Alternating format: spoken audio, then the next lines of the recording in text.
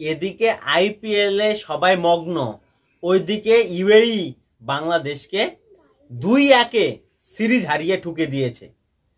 নাগিন বাহিনীদের এরকম অবস্থা করে ছাড়েছে ইউএই, যেই দল কোনোদিন ক্রিকেটের সিও ছিল না, সেই দল একটা টেস্ট প্লেইং নেশন বাংলাদেশ, তাদেরকে হারিয়ে দিয়ে তাও আবার 2-1 ব্যবধানে সিরিজ। ভাবা যায়?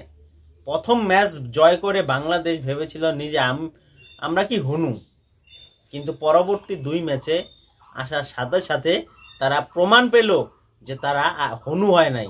তাদের বাংলাদেশে ক্রিকেটের যে ভবিষ্যৎ সেটা চোখের সামনে ধরা পড়ছে প্রত্যেকটা বাংলাদেশি ফ্যানদের এবং বিশ্ব ক্রিকেটের ফ্যানদের, যে বাংলাদেশ তাদের যে ক্রিকেটের ডাউনফল সেটা তারা নিজের চোখে দেখবে কোন জায়গায় পৌঁছাতে পারে।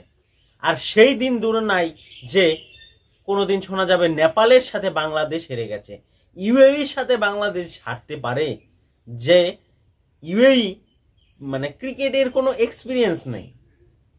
সেই জায়গায় তাদের কাছে 2-1 ব্যবধানে সিরিজ হারা একটা লজ্জাজনক, কি বলবো, লজ্জা।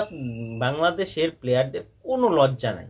আবার বাংলাদেশরা আবার বলে যে ভারত চুর, এই একই রকম চুরের কিন্তু সেটা দিছে লিটন দাসের আউটে, কিন্তু না, সেই আউটটা কিন্তু লিটন দাসের হয়েছিল। কিন্তু তাদের কি, তারা ওই যে হারলে ওই যে একটাই তাদের দোষ থাকে যে আম্পায়ার চুর, ওই দেশ চুর। এবার কাকে চুরি করবা? সেখানে তো ভারত নাই। হ্যাঁ, ভারত নাই, কিন্তু ভারতের অর্ধেকের বেশি প্লেয়ার কিন্তু সেখানে ইউএই দলে খেলেছে। তাহলে তারা ঠিকই চুর, তাহলে ভারত তো মনে হয় এখানে চুরি করছে কি, তাই তো? আসল কথা, তোমাদের প্লেয়ারের কোনো যোগ্যতা নাই আর ক্রিকেট খেলা না। ফুটবলে তোমরা এগোতে পারছো, ভারতের সাথে সাব কাপে হেরে গেল অনূর্ধ্ব-19-এ, সেরকম তোমরা ক্রিকেটেও তোমাদের আর কোনো কিচ্ছু নেই, তোমাদের দম ফুরিয়ে গেছে ক্রিকেটে। এর জন্য তোমরা ক্রিকেটটাকে বাদ দিয়ে তোমরা নিজেদের কাজে মন দাও। তোমরা কোনোদিনও পারবে না।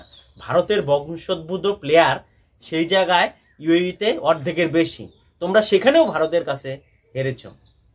তাহলে তোমাদের ক্রিকেটটা কোন জায়গায় পৌঁছে গেছে একটু ভাবো।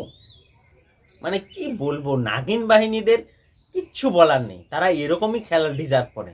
তাদের খেলা তো এরকমই হতে হবে, কারণ যে সাকিব আল হাসান তাদের দেশের জন্য অনেক কিছু দান করেছে, তাদের দেশকে বিশ্ব ক্রিকেটের সামনে চিনিয়েছে।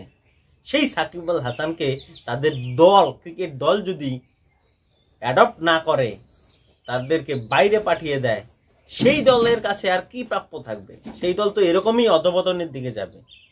কি মনে হয় অবশ্যই কমেন্ট করে জানাও।